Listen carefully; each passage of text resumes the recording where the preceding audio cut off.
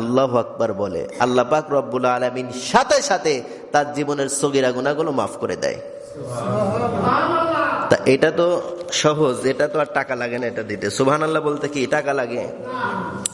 এ ভাই, আপনার কণ্ঠ আল্লাহ দিয়েছে, আপনার জবান আল্লাহ দিয়েছে। কিয়ামতের ময়দানে, মুসিবতের ময়দানে যদি আপনাকে জিজ্ঞাসা করে, বান্দা 50 বছরের হায়াতের জিন্দেগি তোমার দিয়েছিলাম, আমি আল্লাহ কত সুন্দর করে তোমার কণ্ঠনালীকে বানায় দিয়েছিলাম, ওই কণ্ঠের জবান দ্বারা কয়বার তুমি আল্লাহ শুকরিয়া আদায় করেছো?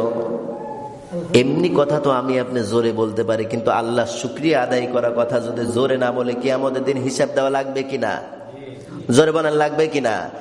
এই জন্য আল্লাহ বলছেন, ইন্না ইবাদি লাইসা লাকা আলাইহিম সুলতানুন ইল্লা মান ইত্তাবাকা মিনাল গাওয়িন। যারা ঈমান আনবে, ঈমানদার বান্দা, তাদের কাছে কখনো শয়তান যায় কি সাহস পায় না। ঈমানদারদের কাছে শয়তান যায় সাহস পায় না।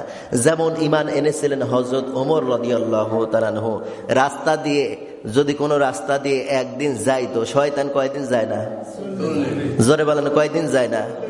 40 দিন শয়তান ওই রাস্তা দিয়ে যাইতো না। একটা ঘটনা মনে পড়ে গেল, হযরতে মাবিয়া রাদিয়াল্লাহু তাআলা আনহু। খেয়াল করেন, প্রত্যেক দিন তিনি তাহাজ্জুদের নামাজ পড়েন, প্রত্যেক দিন তিনি তাহাজ্জুদের নামাজ পড়েন।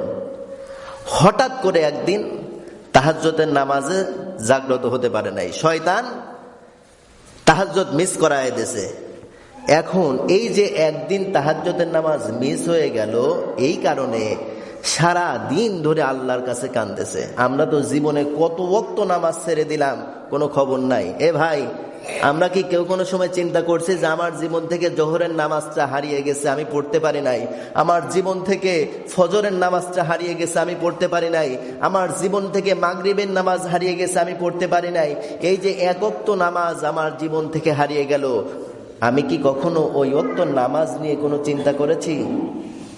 কথা বলেন, আমি আপনি কি ওই ওয়াক্ত নামাজ নিয়ে কোনো সময় চিন্তা করছি যে আমার জীবনে, ধরেন আজকে জোহরের নামাজ বা ফজরের নামাজ চলে গেছে, আজকে এই ফজরের নামাজ আপনার জীবনে কোনোদিন ফিরে পাবেন?